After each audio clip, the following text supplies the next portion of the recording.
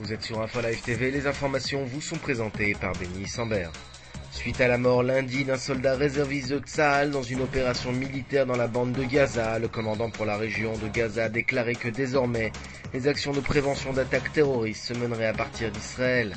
Parallèlement, le Hamas construira une série de bunkers et autres places fortes en vue de ce qu'il prétend être une offensive israélienne prochaine. Un échec des négociations dans le cadre de la conférence d'Annapolis de novembre prochain plongerait la région en son entier dans un nouveau bain de sang, sans pour autant le comparer au début de la seconde intifada. C'est ce qu'a déclaré lundi le chef du Shin Bet, Yuval Diskin.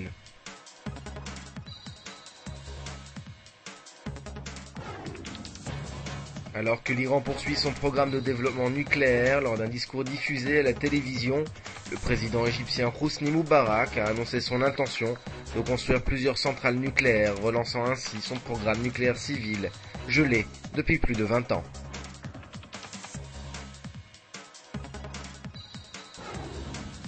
Le conseiller juridique du gouvernement Meni Mazoz a demandé aux services de sécurité de reconsidérer leur décision de couper l'électricité dans la bande de Gaza. Le ministre de la Défense Ehud Barak avait pour sa part déjà autorisé cette mesure, présentée comme une nouvelle sanction contre les tirs de roquettes incessants en provenance de ce territoire palestinien. Et puis une délégation palestinienne du Fatah est partie pour Damas ce lundi. Elle tentera de convaincre le gouvernement syrien de renoncer à la tenue de la conférence alternative à celle d'Annapolis qui doit s'y dérouler la semaine prochaine à l'initiative du Hamas. Enfin, une bonne nouvelle pour terminer ce journal, Mora Natias, mannequin et actrice israélienne, est l'une des 6 filles en compétition pour incarner la vedette féminine du nouvel opus de la saga mythique, James Bond. Votre programme sur InfoLive TV, c'est la conférence de presse d'Ehud Olmert qui annonce qu'il souffre d'un cancer. Retrouvez des images inédites du Saint-Sépulcre en compagnie d'une délégation de parlementaires français en Israël.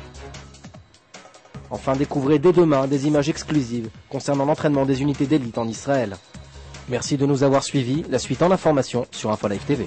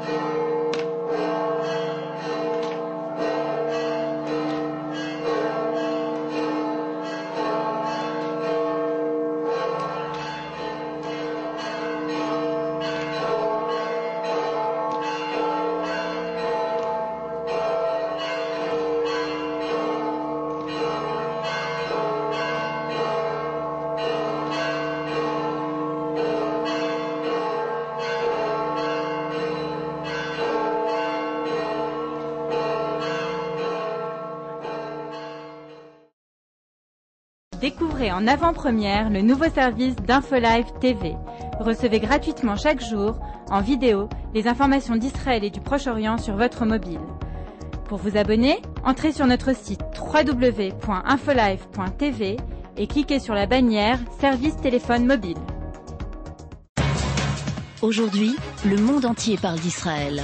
Mais qui parle d'Israël au monde entier, en temps réel, en 4 langues et en direct de Jérusalem? InfoLive.tv, la première chaîne de télévision internationale israélienne. 24 heures sur 24, 7 jours sur 7, suivez de l'intérieur l'actualité d'Israël et du Moyen-Orient. Des reportages, des interviews, un grand journal et des flash infos en images dès que l'actualité l'exige. InfoLive.tv, votre regard direct et vrai sur l'actualité d'Israël. Retrouvez InfoLive sur internet www.infolive.tv.